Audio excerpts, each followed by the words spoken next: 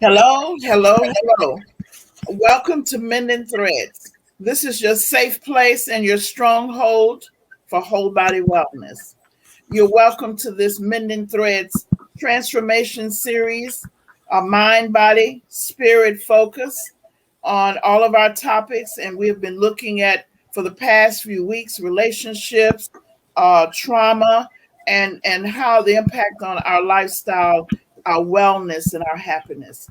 But today we have with us a person who's really has a topic that everyone's saying that is a hot topic, but gives us insight into what is going on in our lives today to give direction as to where we're going and where have we come from. So we have with us Oswald Walker, Associate Pastor of the Shrine, historian, professor at the University of Houston in Black Studies. Um, I could just go on and name all of those things, but all I want to say is well known in the Houston community for knowledge, for understanding how to put knowledge into action. So, welcome with us this morning, Dr. Walker. I call him. How are you doing this morning? I'm okay. How you doing, Dr. Lewis? Good, good, good. Okay, then. I see we have a topic this morning, Black Wall Street. And I was looking at the legacy, the influence, and I wanted to, and my first thing popped in my mind was trying to understand what was all this about in the first place. How did it get started? Lord have mercy. So the way historians describe the origins of you're talking about the massacre itself, or just the building Yes, up of. the Okay. massacre itself. I mean, why is it called Black Wall Street Massacre?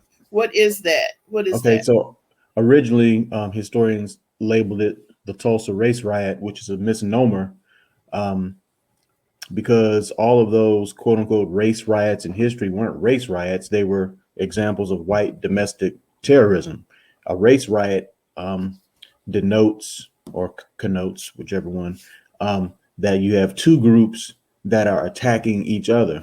But historically in this country, it's been over and over and over again white groups attacking black communities.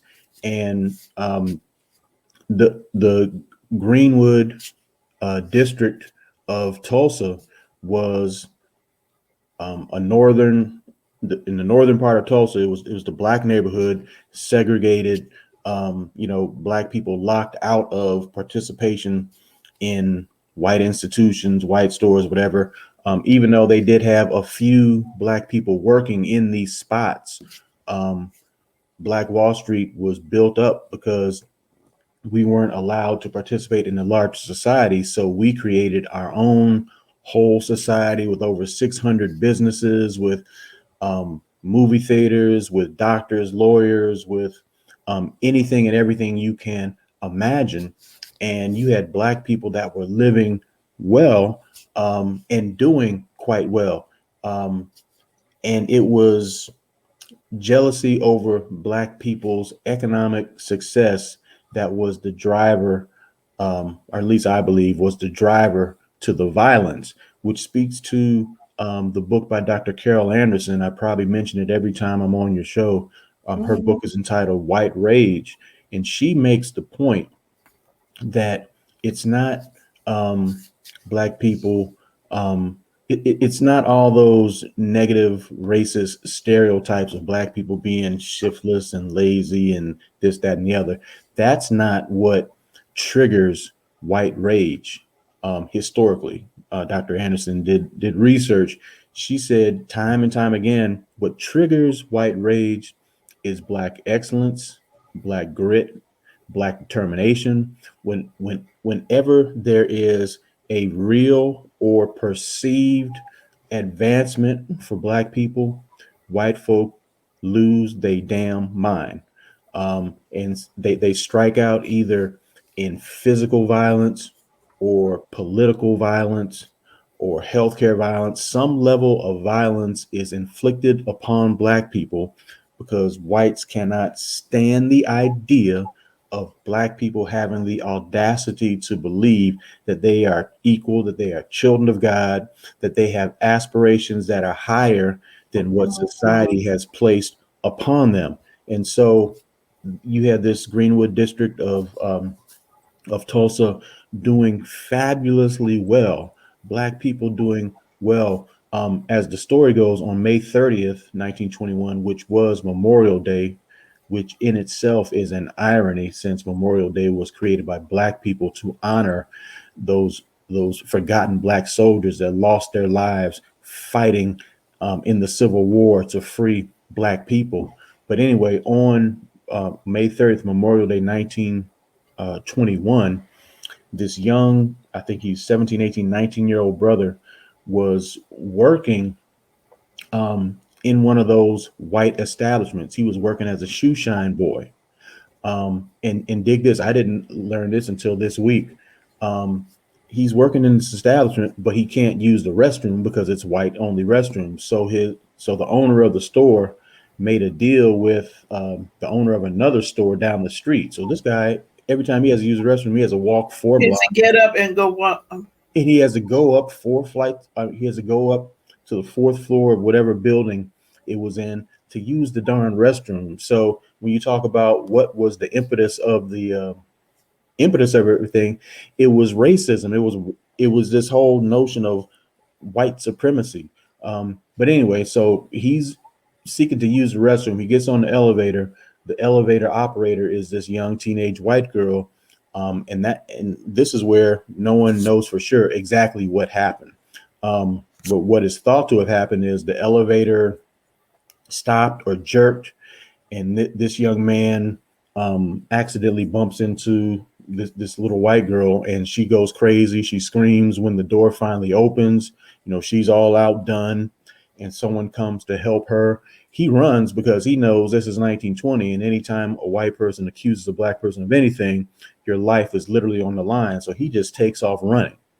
The person that helps the white girl, who has been so disheveled, Yes. they call the police. Then they go track this brother down. So he's being held in jail. The newspaper of the day, which is run by another white supremacist, starts running these incendiary headlines about this attack. This black man, they call him, this black man attacks this young helpless white girl, and so white citizens of Tulsa are getting anxious, and they start a crowd starts growing outside of the jail. 20, 50, 100, 200. It eventually becomes a crowd of thousands.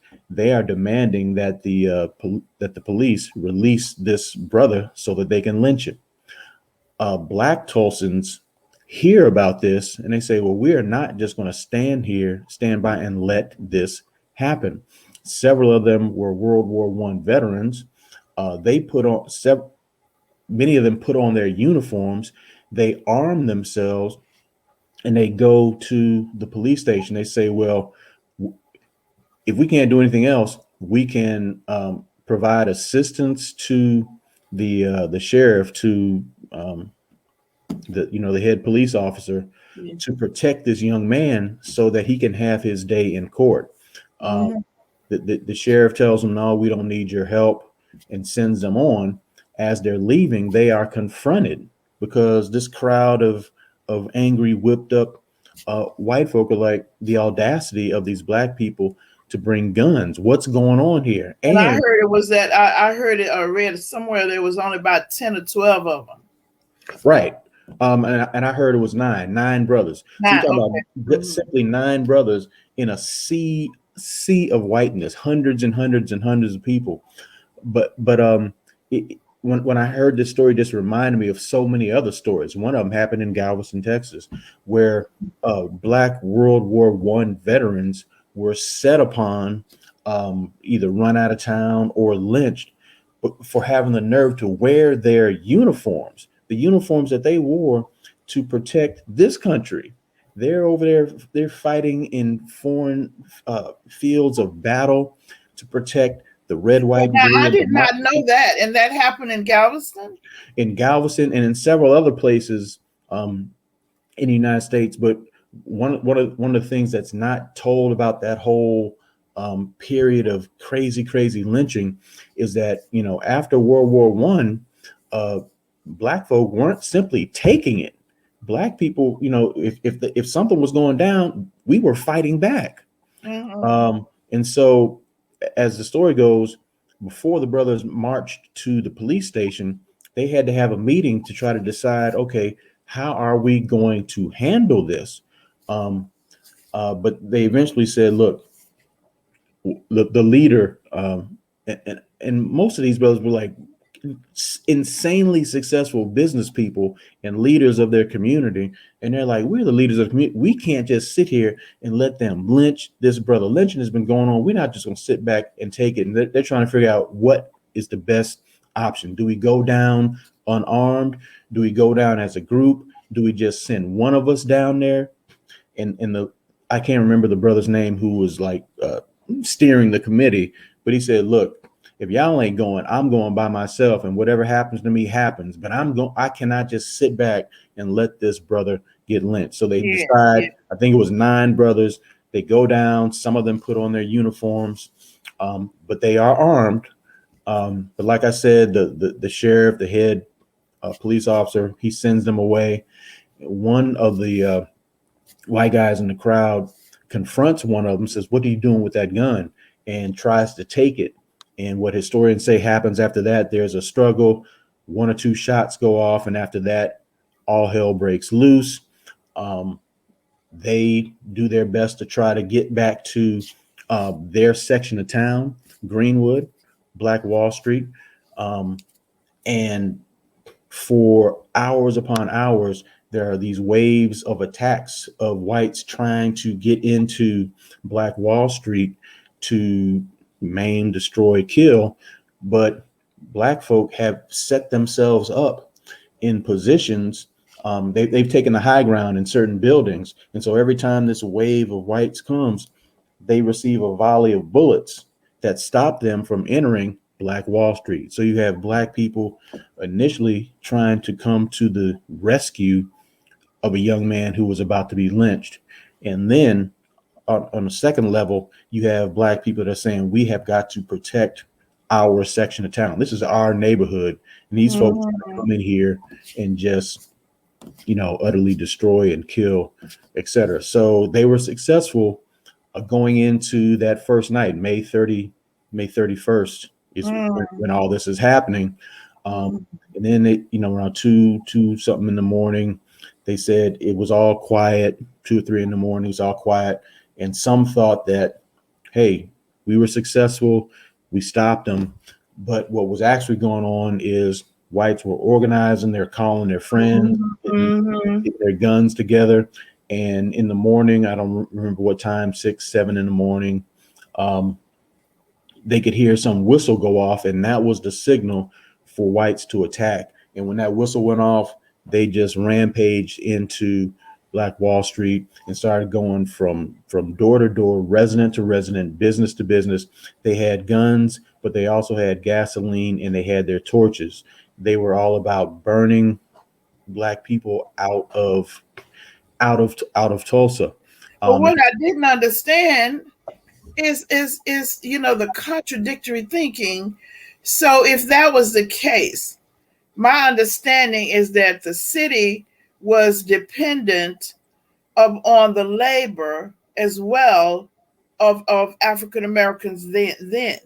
So so I guess that's why they would not let them leave. But go. I was sitting here thinking, okay, it's some kind of way here that you're going to burn them out, and then you're shooting and killing your own labor because there was so many of them. So the hate, it's not all, because in history it's not all white people or Euro Americans, mhm. because there was some that helped and supported and helped rebuild or whatever. But it's psychologically the thinking as you speak in my mind is like being I'm in this story, right? Trying to think of how people were thinking and feeling on both sides, but it seemed like it's a contradiction to, And really, you and know. really, and really, yeah, yeah. It makes no sense, but I guess it's a white thing that you or I just can't understand because Okay. that's been the contradiction.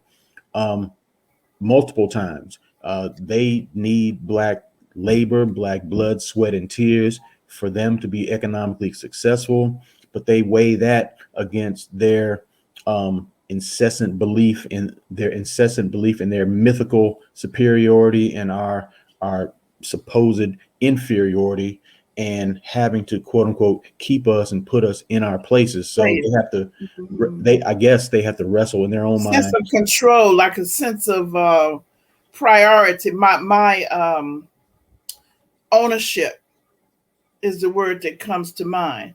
That Yeah. this is mine or something. Like a thought about that. Yeah, and there's been some excellent reporting this past week. Uh, the former Houston Rocket Russell Westbrook, who's still in the NBA doing his thing, Mhm. he executive produced an incredible documentary entitled Tulsa Burning. If you haven't seen it, I highly recommend it. There's a lot of stuff out now, and one of the reasons I believe is because of the HBO show Watchmen and Regina King. That show opened up with a scene from the Tulsa Race Massacre. Um, I think that show came out in either 2018 or 2019, but Mhm.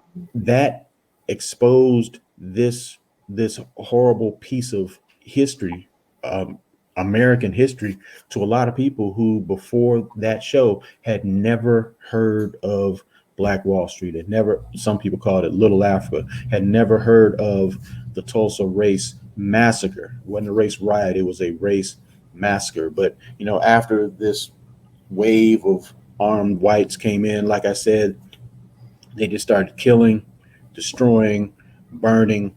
Um, uh, it was white domestic terrorism. Um, Mhm. but there, to me, we have to know the history. But to me, it's not simply knowing that story and knowing the specifics of what happened. What's just as important for me is um, doing five things. If that's okay for me to share those five Oh things. yes, yes, yes, yes. Hmm. So, uh, number one, well, I guess six things now. Number one, we have to learn about it. Um, but after we learn about it, there are five specific things I think we need to do. Number one, we have to honor and commemorate those ancestors whose lives were stolen. Um, those, and conservative estimates say 300 people lost their lives, um, but 9,000 they say Black Wall Street had 10,000 residents, so 9 to 10,000 people were immediately displaced. 9 to 10,000 upperly mobile, doing well, hardworking, um, doing their thing. Black people. One day they're fine. The next day they are either dead or are suffering, are mourning the dead, or are themselves Right. homeless and displaced. And Lord have mercy. So, number one, whenever we deal with Black Wall Street, I think the first order of business is to commemorate those ancestors whose lives were stolen. These Black women and men who were incredible at business, incredible at building community. Um, they exhibited intelligence, grit, determination, creativity, thriving Mhm. economic, social, educational, healthcare center for Black people. Uh, I was watching a clip of one of the folk who were, I mean, they've long since passed away, but she was a survivor of this horrible massacre. And she said what struck her, because her family moved to Tulsa. Tulsa was like this really happening Mhm. city after an oil boom. So everyone's coming to Tulsa. And before, I think it was 1907, 1905 or 1907, when Oklahoma became a state. Before Oklahoma became a state, it attracted black people because black folk were like, in sharecropping South and convict leasing South, lynching is Mhm. going crazy. That's no way to live. So Oklahoma was considered quote unquote Indian territory. Um, but black people were able to find land, were able to build communities. So Oklahoma had more free black communities than any other place in the country. And black people were thriving all over Oklahoma. And they were praying that Oklahoma would not become a state because they knew once statehood arrived, Jim Crow and lynching and all those other things would arrive as well. But it happened. Oklahoma becomes a state, and so a lot of these black townships, they suffer the lynchings, they suffer oppression, etc. But Tulsa was this booming place, and so black people who had been self-determining in all these other Oklahoma territories start coming to Tulsa, start coming to Tulsa, and they go to North Tulsa, the Greenwood district, and that's where we lived, and that's where we began to thrive. Um, but but what I was going to say is, so this one young lady who was one of the survivors, she said that as a child, one of the things that stood out to her was the level of cooperation that she experienced and that she saw with her own eyes. Black men, black women, black children, everyone helping each other. And uh, one thing I didn't know about Tulsa was just the number of black female entrepreneurs that were doing it big. This one sister Mhm. said to have owned like three movie theaters, a confectionery, like a candy store, and just so it was one of those places where we were really operating with this notion of I am because we are. You know, we can do more Mhm. together than we can Mhm. apart. So the first thing we got to do when we talk about or when we reflect on Black Wall Street is remember those people who built it up and who died because of senseless violence, hate, Mhm. white domestic terrorism. Uh, Mhm. the second thing I think is important to remember is that Black Wall Street destroyed May 31st and June the 1st, 1921, 100 years to this very day um, that this is being taped. But Black Wall Street happened over decades. I mean, we're talking about from 1907 to 1921. Black Wall Street wasn't built in 1921, it had to be built up. So you're talking about black people like less than 40 years outside of enslavement, building up an empire that drove white Tulsans crazy just 40 years after enslavement. I think that's something that we need to Yeah. remember and celebrate the incredible things that we did straight out of enslavement. And Number not three, only that, how you were mentioning some of the things about how they did it. What was required was, and that's what I call linking arms or locking arms or something like that. It's something clicking. I'm not sure what that is, but locking arms, because you were speaking of the cooperation and the joining and the efforts. Even though they had different things, I understand that they were cooperating as to how they helped each other's business, you yeah, know. Hmm. yeah, and I didn't know this, but it was Booker T. Washington who coined the phrase Black Wall Street. Well, he called it, in his words, it was Negro Wall Street. Yes. But it was its reputation was national. Black people knew about what was going down in Tulsa because it was so. In fact, they said the largest, most luxurious black-owned hotel was there in in Tulsa, and something I learned from Russell Westbrook's documentary was the brother that owned that. And I don't remember his name, but the brother that owned this particular hotel, he was set up in his hotel, um, helping to defend the neighborhood. And the police, they were like, look, we got you surrounded. If you come on out, we promise we will not mess up your hotel. We will not mess up your building. As soon as they got him to surrender, they burnt his hotel to the ground, burnt it to the ground. Mm. But anyway, the third thing I think it's important for us to remember when we're talking about Black Wall Street is Black Wall Street was not a one off. It was not the only incident of this in the country, but it was one of many thriving Black communities that were destroyed by white domestic terrorism. And then the story was simply erased from history, sanitized by the white press, or not told at all.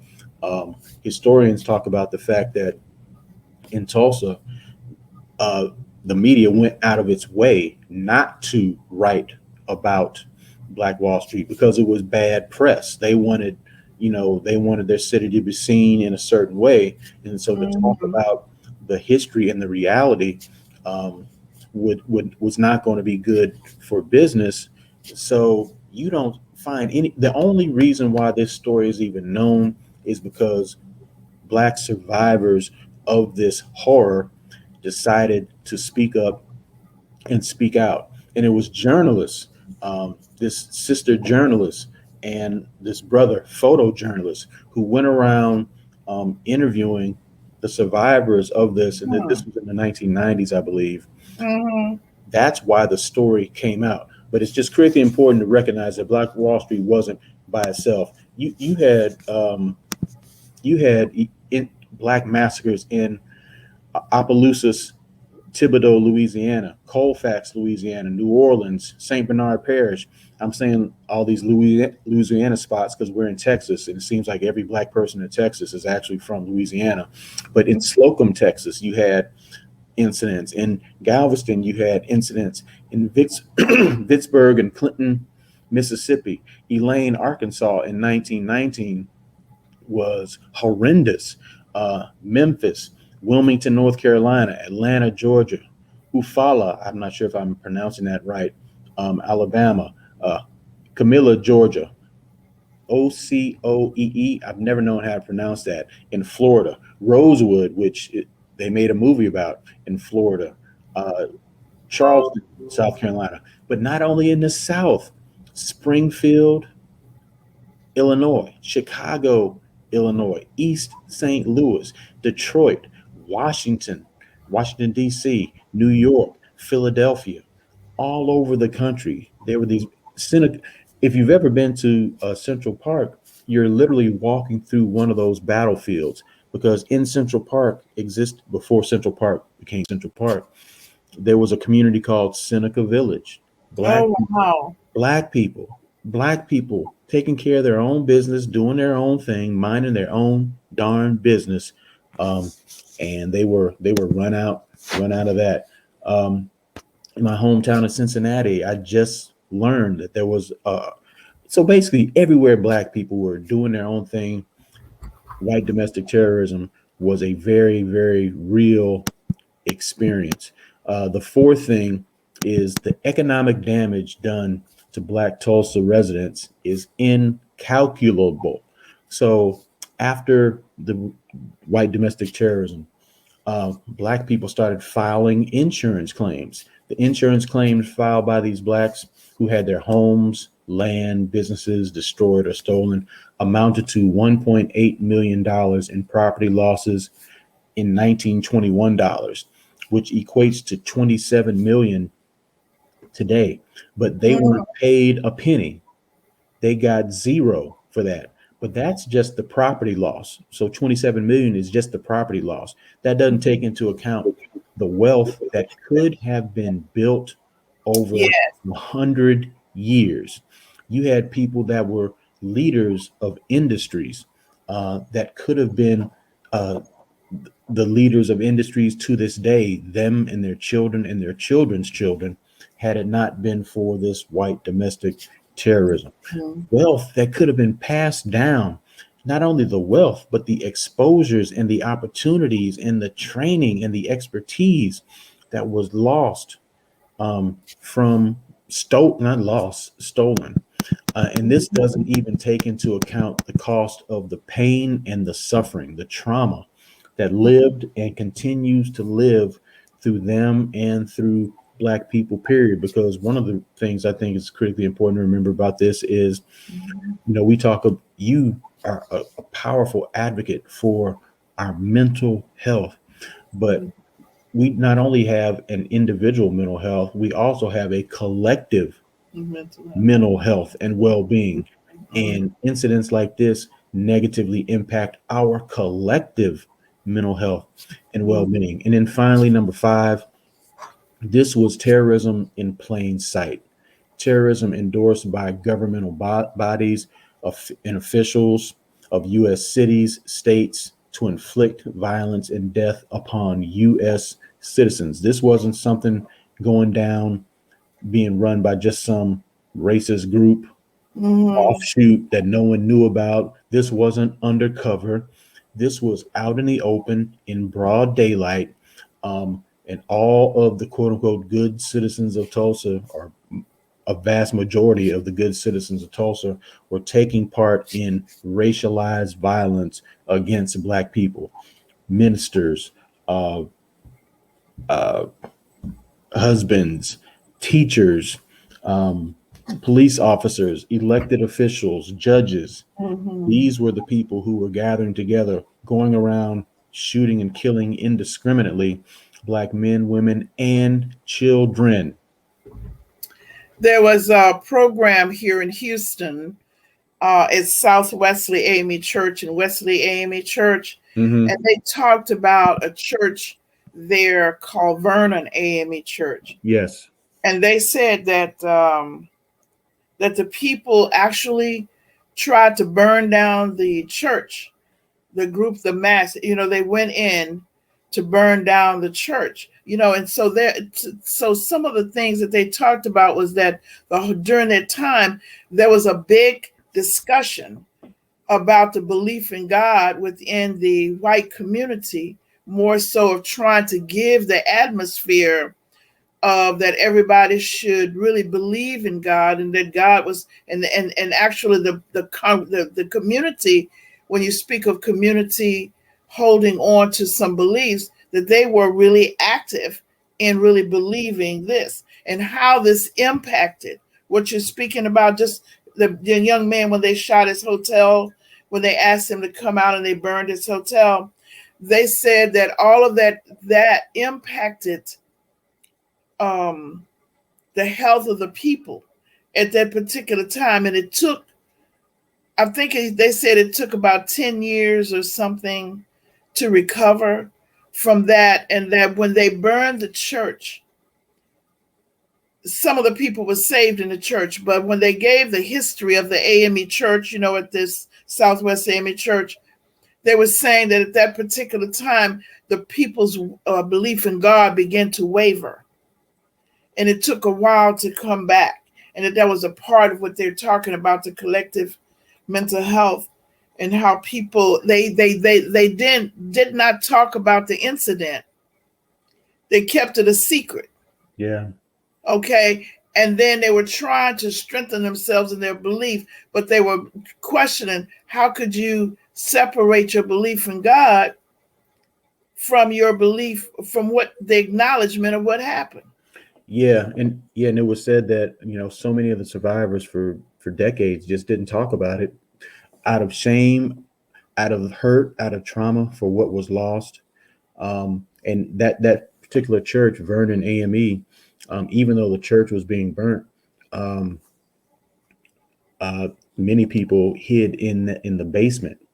And the only reason that they didn't die is because they were able to hide out in the basement. So as the church itself burned, the basement somehow managed to avoid the extensive damage that the church They said itself. that they had it was told that they had a firewall. Mm, But when they used to build the old churches, the old AME churches, I think one is here on Dowling. I hope that they don't tear it down as they're just talking about it. But that particular church is built similarly, and that it has a while. It's a historic church here in Houston. yeah, yeah. Uh, and And then so, mhm. I was just going to mention about today.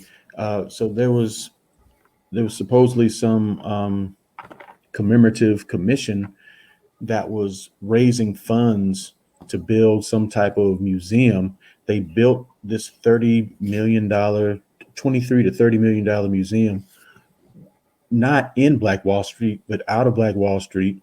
Um, and none of those funds went to um, the survivors of Black Wall Street. It wasn't run by blacks. I heard in one report on the news that it was run. It was run by some group of white conservative Republicans. So they're making money off of this The hall. actions that were created. Yeah, and then in the immediate aftermath, um, and I just learned this, that Marcus Garvey wanted to send his troops of the African Legion to go down to Tulsa to help rebuild and provide some level of justice for the black citizens, but they were told not to come. But they were, but the white business community looked at this incident as an opportunity to steal land, just like Katrina. When Katrina came through and destroyed so much, the white business community of New Orleans looked at it as an opportunity to steal land and make more money. But there was this one black lawyer who said, "Look, no, we are not going to sit back and let them do that." So it said that he set up a tent and just started telling black people, build whatever you can, but build something on your land. And he just started doing whatever legal work necessary to make sure that they had claims upon their land. And like also immediately afterwards, it was like big tent city. So for the blacks that weren't killed or run out of town, these folk who were living in homes that they had built, the wealth that they had, now they were reduced to living in tents, trying to rebuild from the ashes. And I like that term, rebuilding from the ashes. So, and I think in more ways than one. You know Yeah, what I'm saying? You have to really look at it as to what's going on. So one of the things is that the process, sometimes if you back away from what is really going on, there are levels of participation that we were taught. So we were taught to keep things a secret. We were taught to not connect with each other. And so when there's so many thoughts running through my mind right now as to how the layers of things that happen simultaneously, and that keeps things rolling the same way. We were taught to, through things that we say in church and other places, to separate what's going on outside the doors is what's said inside the doors of the church. And yeah. so, therefore, people disconnect what's going on in the real world as to how it relates to what is said in the church. And so, it's a lot of separation. And if it ever gets together, The presiding bishop of the shrine, the Pan African Orthodox Christian Church, D. Kimothy Nelson, he was fond of saying that black people, educated, intelligent black people, will walk into the church, leave their brain in the vestibule, and then go into the church and accept any kind of, you know, what you just said. We separate reality from what we deal with in the church house. And so the founder of the Shrines of the Black Madonna, the Honorable Reverend Albert B. Cleage Jr., or his African name, Jeramogi Abebe Ajman. He's also known as the father of Black liberation theology. Um, he he was of the position, like two of the biggest influences. He had several influences, but two really big religious influences were these local pastors in Indianapolis, where he grew up, and then in Detroit, where he grew up as an adult. Um, they were, conscious, progressive race men, but that's what they were Monday through Saturday. But come Sunday, they were preaching some otherworldly gospel. Well, at least one of them were. He was like, I don't want to do that. It should all mesh. We should be able to speak reality from the pulpit. So one of them was, talking black and organizing black all week long, and then on Sunday mornings, it was all pie in the sky, heaven on earth after we die. The other one was more consistent throughout, and he said that's how I want to pattern my own ministry after. We've got to be able to, speak truth to power. One of the things that if you Mhm. ever hear some of Malcolm X's, I would say sermons or speeches, you'll hear from the audience, preach, teach, brother, teach hard, teach hard. Mhm. That's how we have to do. We got to be willing to speak truth wherever, whenever, and wherever we are, especially, especially when it comes to matters of our spiritual well-being. Why would we not want to speak truth when we're talking about the most important aspect of who we are? Because even more important than the skin or the physical body is the spirit that God has placed in us. Because as the Bible says, and as all the holy books say, it is the spirit that gives life. So why would we feed our spirit stuff that we know is not dealing with the reality that we find ourselves in? But that's just So me. I keep in mind that, as you look around, sometimes I have to just close my mouth. And then I think that if I don't say anything, then I'm participating, and that you need to say something. So I think the key is to really find out what to say and pretty how to say it so that people can hear. Yeah. But one of the things is that there's a clear pattern. You were given some steps that I wanted you to go back to. You were talking about some things that we really need to do in our practice every day. And then I think that those things, if you could review them again, has something to do with the way that we're going to have to look at the process that happens from the person who wants to have control of the power. There's the same thing occurring over and over. It's Yeah. the kind of the same thing. And if one would back up, it is just that it has a different flavor to it each time it comes, but it is the same thing. They used to have um, a sucker that we used to buy when we were growing up. We had no idea. It was called an all day sucker. And I'm not going to even tell how I want to interpret that all day sucker. But anyway, and and what they would do is they would make this hard candy, and they would put varying amounts of money in this candy so you could suck it. So you couldn't get the money out of the candy until you sucked that candy down. Mm. Okay, and then you could either get a penny. You didn't know what was in there, a penny or a quarter or a nickel or whatever it was. But people's teeth started decaying like mad. People were having all kind of problems, but everybody was running to get the all day sucker. It had different flavors, but it was the same candy. Mm. So when I talk about mental health, and we were talking, I was saying, situations bring on depression, but it comes on in the same. It's a lot of things that set it up, illness and things that we have, but it is the same manner that it comes to disenfranchise, to separate people. For example, right now, I remember being on the East Coast, and I remember the people came in, and one of the things that they did is they brought in a mistruth about all of the leaders, so that the people could stop. They did them one at a time, so the community leaders, so people would not respect them. So that was one of the things that they had to do. And then they had to give money. The next thing is anybody who spoke out the truth would not get any money. Mm.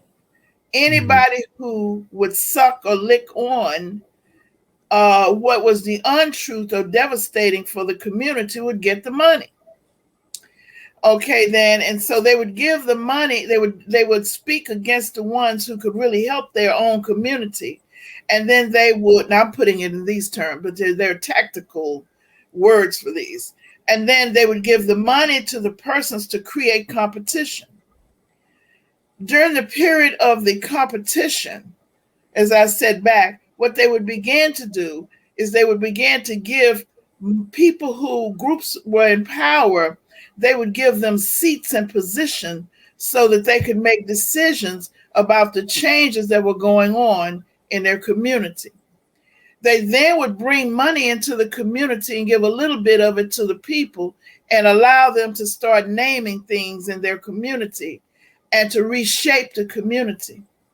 Then the next step would be that they would bring in and they would start creating new streets and highways and to divide the community. And wherever they would bring the highways or the freeways are supposed to bring advantage and exits to your community was actually bringing high traffic, and it was beginning to change your community and divide the people who were already connected and locking arms and doing well. Then after that, what they were to do was to get rid of all of the businesses that were thriving in the community, and the taxes would raise. And then they would show you the advantage, and they would start bringing in housing and hotels, and they would give churches money. So they thought that they were helping themselves to bring on residential communities within the area. Then the next step was that the people who lived in the community could not afford the housing that was to benefit the churches. They would only be able to, or the community, they would have to move out of the area. So this cycle goes on all over the United States and the world. And one of the things is that I made a list of all of that, and I started looking at how do we participate? What keeps that going, and how can one be so assured that Well, it's going to work? you mentioned one of the things that helps to keep it going is the operant conditioning, right? When you reward behavior that you want and when you punish behavior that you don't want, then people see that. They say, oh, speaking up and speaking truth and speaking out against this, I'm going to be punished. But if I endorse it, that is my avenue for getting my little crumb or piece of the pie. So one of the reasons why is operant conditioning. And I don't remember where I heard this before, but it was basically that um, life will continue to teach you the same lesson over and over until you get it.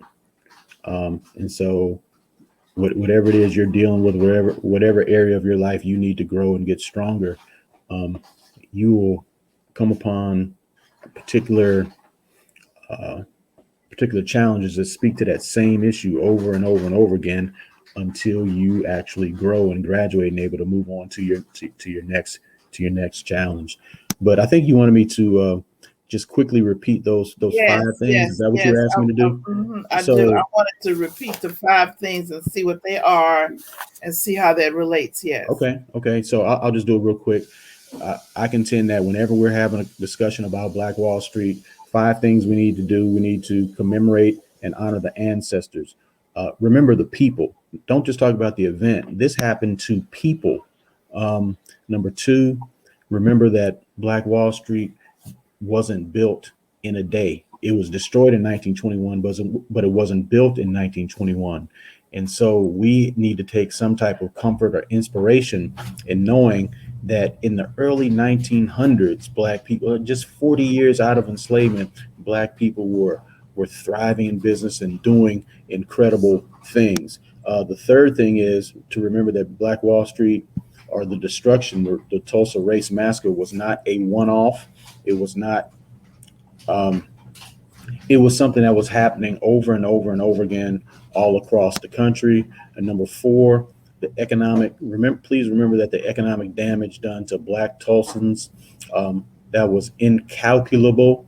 The $1.8 million in property losses, in insurance claims that was not paid out would equal $27 million today. But that's just property losses. That doesn't even account for the 100 years of wealth that could have been built off of those businesses, or and the could cost. have provided to their descendants. Yeah, See what I'm saying? I want to. or the cost of pain and suffering, right? And then number five, we have to remember that this was not uh, racialized violence done in some back alley or done by just some small group of nefarious characters, but this was terrorism in plain sight, endorsed by governmental bodies and officials and police and judges and school teachers and preachers, um, of white Tulsa. Yet still we rise, to dream and organize and create pathways so that we can build current and future Black Wall Streets, or Elaine, Arkansas, or Seneca Villages in New York, or Rosewood, Florida's. Um, and then I would say there are four specific things that we have to do on a regular basis, um, whether we're talking about Black Wall Street or not. Four words: enlighten, invest, join, and organize. Enlighten means learn. Learn about Black Wall Street. Learn about our history. Learn, and if you're not one of those people that just get really excited about history, learn about your own family, because Mm-hmm. your family has incredible stories of overcoming. Your family has all kinds of lessons that you can learn, even the negative stuff that happens in our family, like this person didn't do this, that, and the other. Those are still lessons that you can learn. So learn Mm-hmm. about your people, your family. So enlighten is number one. Number two is invest. Find some movement, some community center, some organization that is doing good work, that is not just talking about problems, but is providing some type of service. In Houston, in Buff, National Black United Front, they have a Saturday school, Shape Community Center. They have the Elders Institute of Wisdom, Seha. They do martial arts training, and they used to do an annual trip abroad. I'm not sure if they still do it or not. U of H's African American Studies program does that study abroad program on a regular basis. The Shrine has its Buy Black Marketplace. The Nation of Islam, they're doing great things over on Griggs. So find some group, um, Wheeler Avenue with its And I rights. want to say that, and Find some group and invest. What'd you say? I want to say, and we're doing the intergenerational family learning, Exactly. so that they could do it and study of history that you do lead. And Right. we also have a Saturday clinic where people can get on and participate and learn. That's what I'm talking about. There are organizations and churches and temples and mosques and community centers and civic groups that are doing good work. So enlighten, number one. Number two, invest. Number three, join. There's there's too much happening. We can't do it by ourselves. You got to find a group of like-minded sisters and brothers that are out there doing Mhm, good work, so that mhm, you can add your flavor to it, your talents and your creativity. But mhm, find some community that's doing good work that aligns um, with who you are and what you are about, and join that group. So enlighten, invest, join, and then finally organize.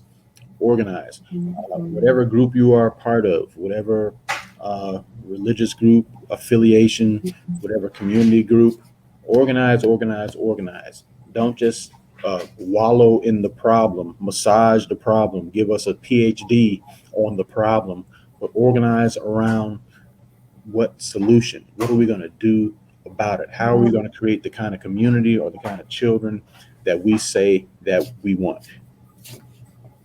mhm. You're so on target. You're so on target. So one of the things is that gives impetus as to what has to happen, and also I think in terms of knowledge, beginning to start with and invest and reinvest, may I say, in our youth. So one of the things that we are not so active in is pulling together to reinvest differently in our youth. Maybe I should say retroactively, and pulling some of the strengths from the past to move to the forward to the future and reinvesting in our youth because we have people teaching our youth who do not know anything about us and who we are. You see, in general. Yeah. So we have either going to train the people that are teaching our youth, okay, or we're going to teach them, and we I need to agree. know more about it. You Yeah. understand? So you have to begin to look at what is it that. So I tell people I put out there. I do like what Kennedy says. About not asking what these people are saying, what someone else should do. Ask what you should do. You see, what do I need to do now to make a difference and to make a change in the way things are? I must educate those and be around those people who seem to be unknown about who I am and who have a need to use old behaviors to take care of inferiority. So I need to educate them as to what they can do to remove their inferiority so they could become a humanness. You know, I love that little commercial about love, human kindness with the little baby and the dog. Hmm. I love that Hmm. because it's just showing how if you just pay attention to your environment, everything will learn from the other one.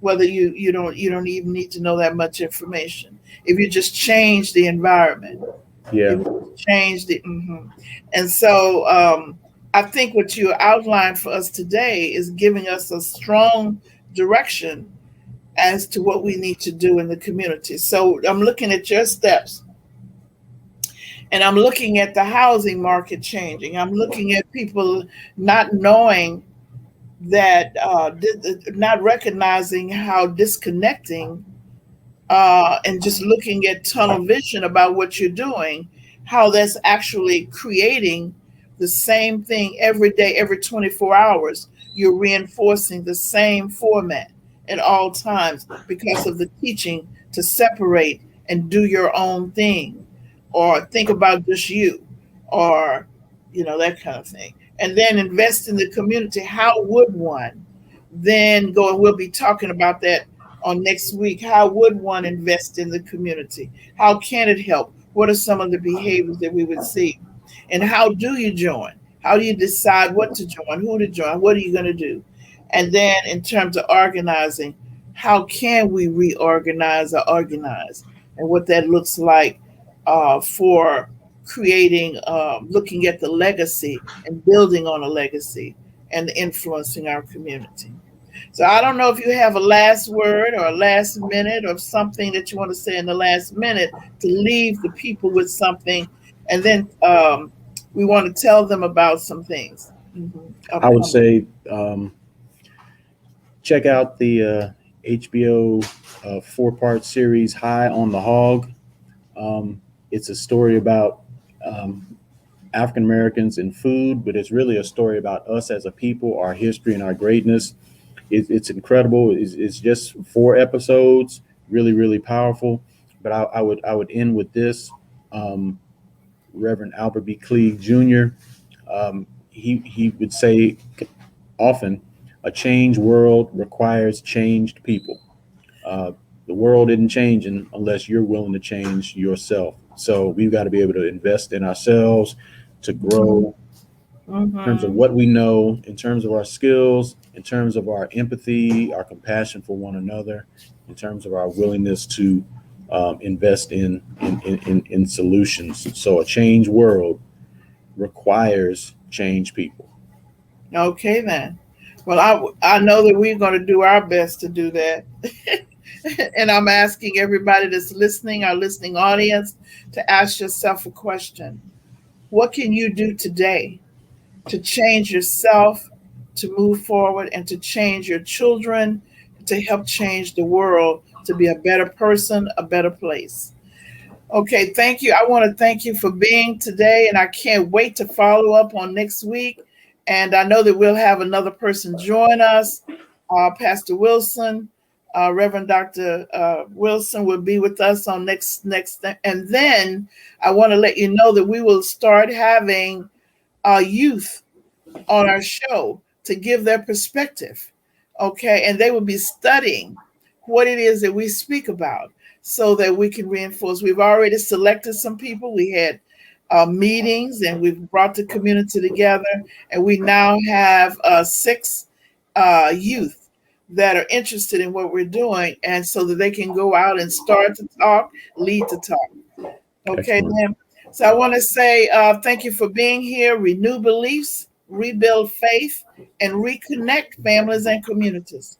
For it is not the circumstances we meet, it is the manner in which we respond that determines health, happiness, and success. Thank you for being here, and I will see you on next week.